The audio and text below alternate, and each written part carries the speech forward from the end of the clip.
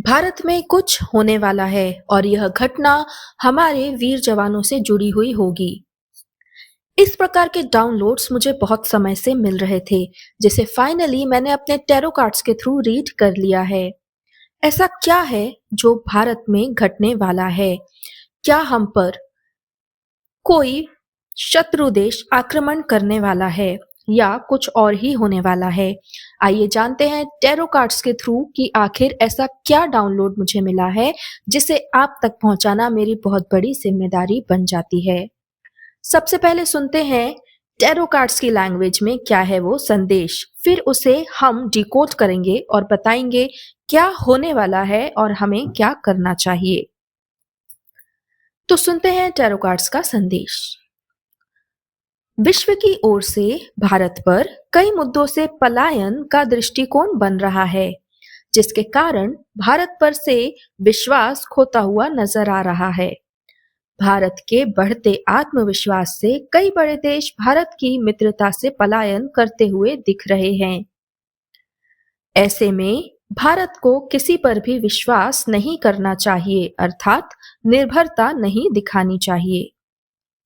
भारत के खिलाफ एशिया में गुटबाजी होती दिख रही है, जिसके कारण एक से अधिक देश भारत के खिलाफ षड्यंत्र में जुट रहे हैं।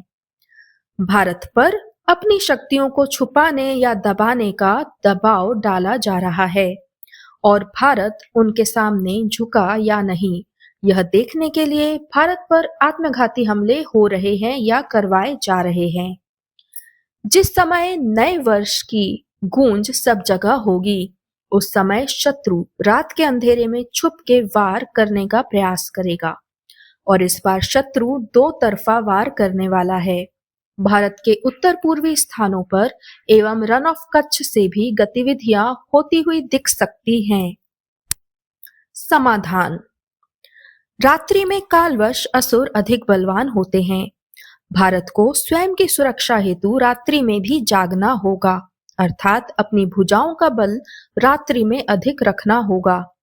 कई प्रकार से सैनिकों को तैयार कर अपने ऊपर आत्मघाती हमलों को रोकना होगा। ईश्वर का स्पष्ट संदेश है, भारत के मूल नागरिक कभी इस भूमि से पलायन नहीं करेंगे। इस भूदेवी की रक्षा करने में उसके पुत्र सक्षम हैं, अर्थात भारत हर रूप से इस विपत्ति का सामना करने में सक्षम है। ईश्वर उसी के साथ है जिसके हृदय में ईश्वर का वास है और भारत भूमि के सभी पुत्र ईश्वर के भक्त हैं, अर्थात विजय निश्चित है।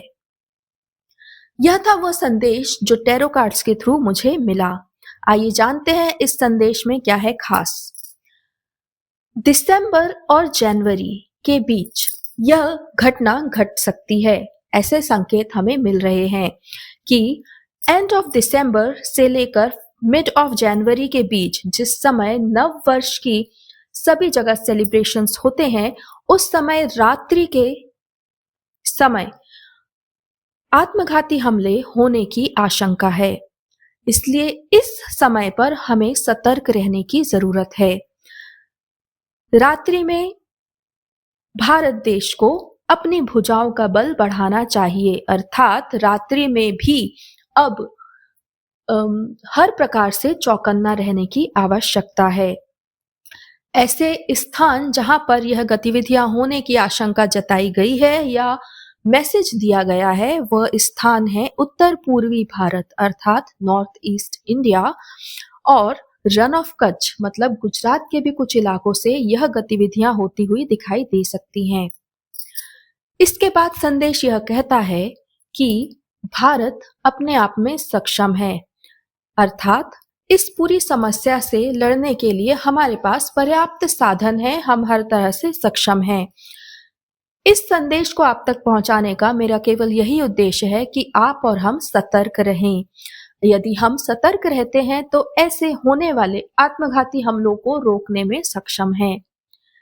बात साफ है, हमला होने वाला है, लेकिन उसका रिजल्ट भी तय है कि जीत भारतवासियों की ही होने वाली है। ईश्वर उसी के साथ है जिसके हृदय में ईश्वर का वास है और भारत के पुत्र अपने भूदेवी की रक्षा करने में सक्षम है। इस कारण से इस संपूर्ण संदेश का उद्देश्य पैनिक फैलाना तो बिल्कुल भी नहीं है, बल्कि आप सबको सचेत और सतर्क करना है कि नव वर्ष के समय अपने आप को घरों में ही रखें, बाहर ना जावें, और यदि कहीं भी किसी प्रकार की गतिविधि होती दिख रही हो तो तुरंत आसपास लोगों को बताएं।